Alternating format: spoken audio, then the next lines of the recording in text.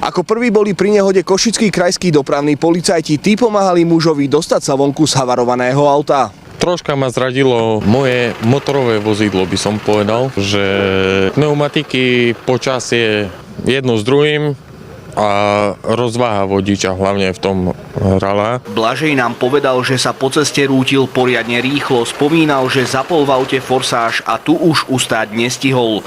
Ako jeden z mála sa vraj nevedel dočkať pondelka a práce, už večer ho zapíjal. Ráno som si dal niečo ešte povzbudzujúce, nejaké adrenalín. Bolo tam nejaké 1 promile. Nie na cestu.